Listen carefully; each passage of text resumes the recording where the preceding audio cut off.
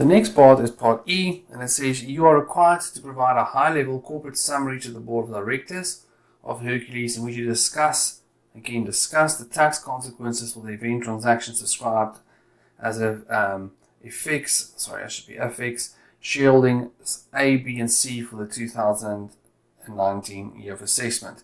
Your discussion must include simple calculations. You may assume that the liquidator of Cassie Tapes declared a final liquidation distribution of 5.1 million rands, of which 100,000 rands was designated as a return of capital. Okay, so how I'm going to do this, I'm not going to write out a discussion question for you guys. That's very long-winded for you to watch.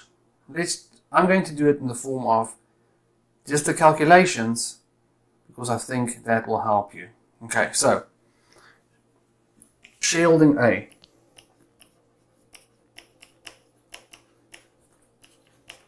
So I'm going to do it in the form of a tax calculation to show you what I mean.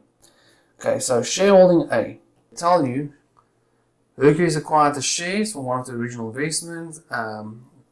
In Cassie Tapes, that's held as a long-term investment. So if you hold it as a long-term investment, it's not opening stock and closing stock and all those things. It's an investment.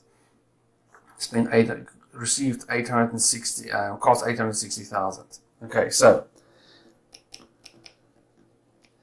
there was a dividend received. The question tells you that you have to assume that the liquidation was 5.1 million minus 100,000, which is the return of capital, times the shareholding percentage. Now, the shareholding percentage, you'll remember, if I go back to the beginning, was 35%.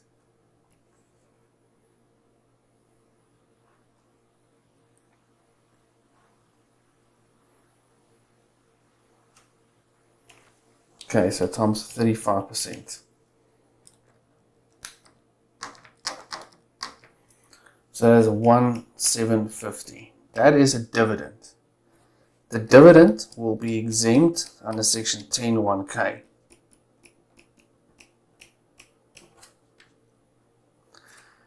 That return of capital that you now received, when the company is liquidated and you receive a return of capital, that is treated as the amount that you receive for disposing of the share. So liquidation of company.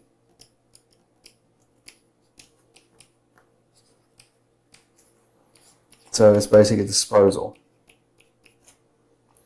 So the proceeds is 100,000 rands times 35%. So 35,000 rands. The base cost is the actual base cost, which is 860,000.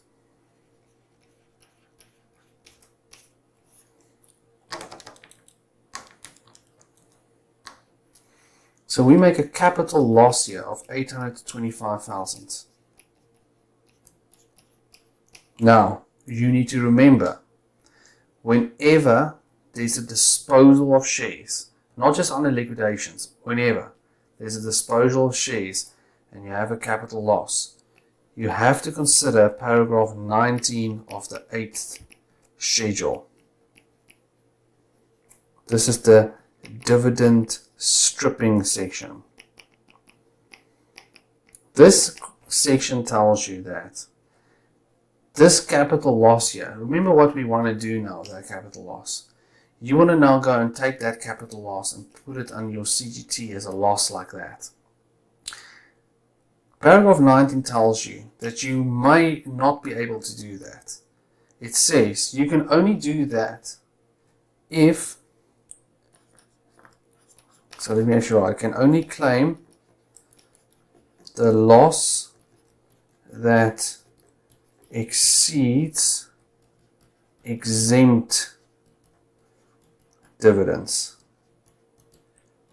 Now, exempt dividends are dividends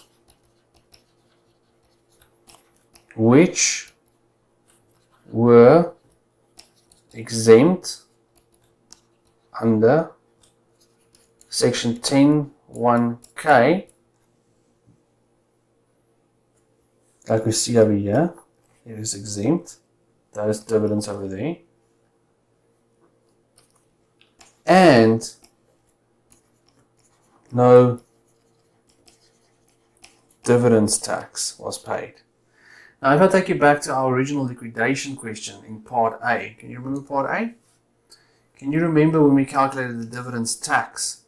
Hercules Limited, we said that there's no dividends tax on them because they are a South African company. Let me actually just show you in the solution also. Okay, if you go back to your solution, let me just find it. You'll see Hercules Limited, no dividends tax, under section 64F, no dividends tax. So, there was no dividends tax. So thus, in this case, the exempt dividends equals, and you look back 18 months, how much dividends you received that were exempt, and it was at 1,750.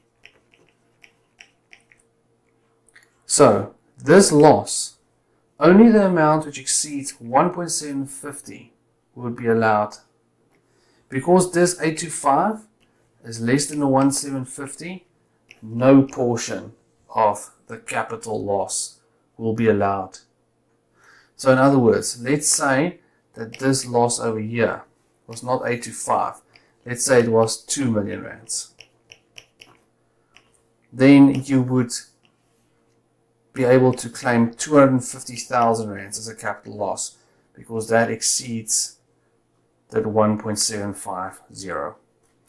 So guys, paragraph 19 of the H schedule, not seen as often, but anytime when you calculate the capital loss on the disposal of shares. If it is not a liquidation, then you don't have to look at the exempt dividends, then you have to look at the extraordinary exempt dividends.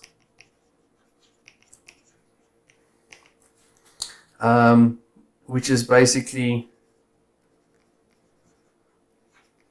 the amount, it's basically the exempt dividends less 15% of proceeds. I don't want to go too much into that. It's very seldom seen, but paragraph 19 of the 8th schedule does cover that. So if I just take you to our solution for the shareholding, let's talk about that.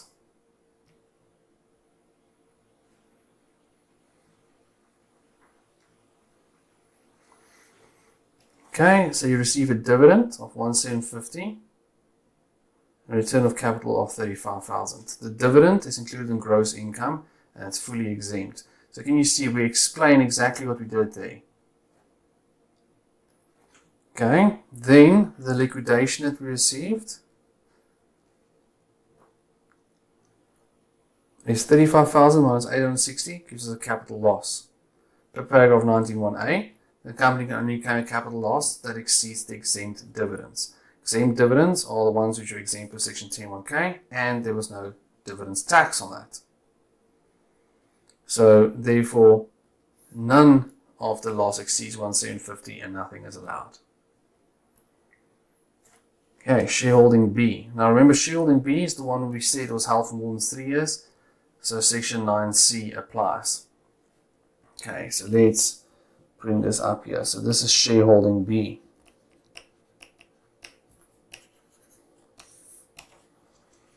CGT rands. Okay, so let's talk about shareholding B. So it says they've got 5,000 shares, which they acquired in 2015 at 45 rands 90 a share, and this is part of their trading portfolio. So the first thing I want you to see is we will have opening stock under section 22.2 of 5,000 times 45 rands 90. So we'll claim a deduction of 229,500. Now, important, shares, if you have shares as opening stock, remember it's always at cost. Remember the rules for opening and closing stock says the low of cost or market value? Not for shares. Shares are always at cost. Okay. Then, soon after acquiring the shares, the market value decreased, as the investigation to the scandal progressed, blah, blah, blah. And then they tell you, on the 18th of October, the company sold the shares for 51 rands 74.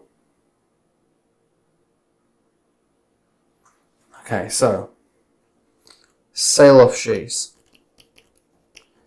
So usually, because it's trading stock, you would just include it here in rands. But sale of shares, section 9C applies because held 3 years or more. So it does capital in nature. So if section 9C applies, the first thing you have to do is under section 9C5 is you have to add back any amount which was claimed as a deduction in that tax year. So 229,500.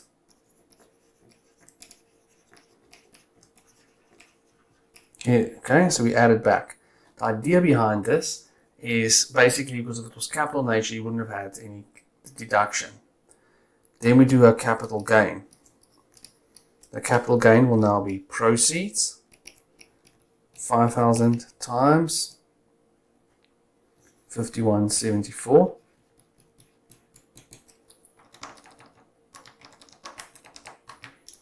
So 258,700. And our base cost is at 229,500 cost. So that's 29,200. That goes into my CGT column, and eventually it will form part of my CGT calculation. So let's look at the solution.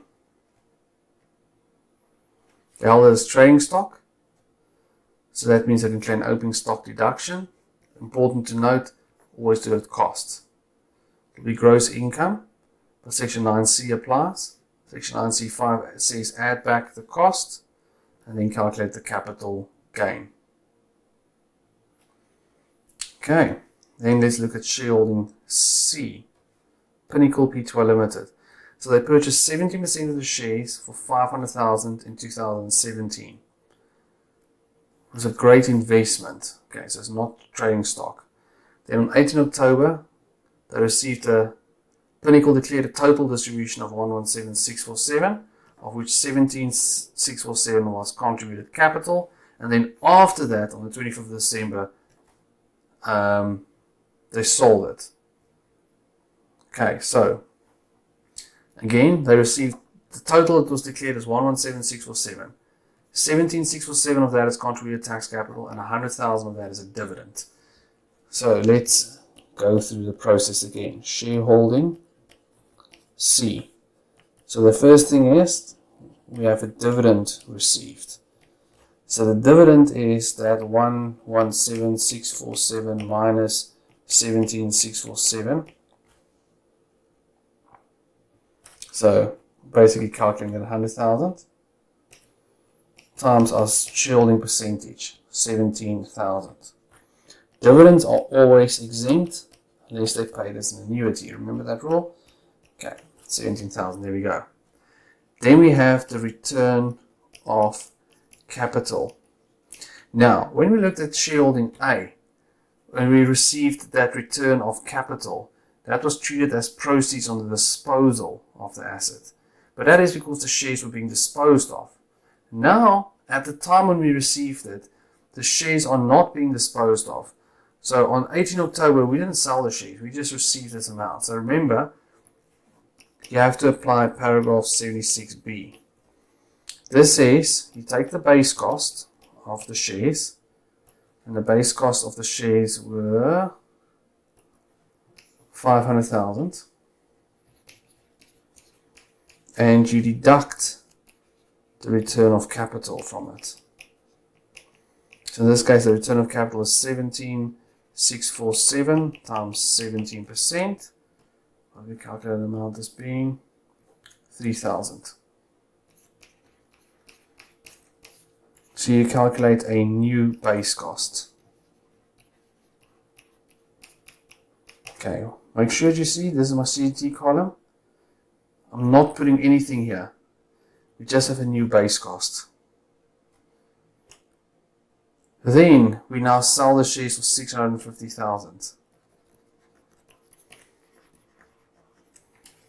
So proceeds 650,000. And our base cost is that 497.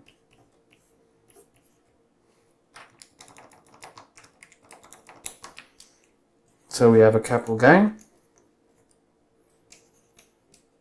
of 153,000 rands. So go to our solution. There's those amounts that we received, the distribution, the dividends exempt, paragraph 76b applies, new base cost, and then we have it. Then remember, as this general says here, if this was our CGT column, right, so we put that 153 in there. We add up all of our capital gains that we've got. So that will be the capital gain that we had for shareholding B as well. We add up all of those, and then 80% of that amount becomes our taxable capital gain, and that goes into our rands column. So there you have it, guys. That's the question done. 100 marks. There are some, I hope you would have seen, there are some parts which are quite easy. Obviously there are some parts which are a little bit more challenging. No paper we just have easy parts in it. No paper we just have difficult parts in it. I hope it went well. If this highlighted any areas which you need to go back to, which you weren't sure of, please do so. Don't wait go into the exam. Please do revise them while you still have time. Well done for getting this far, guys. You can do it.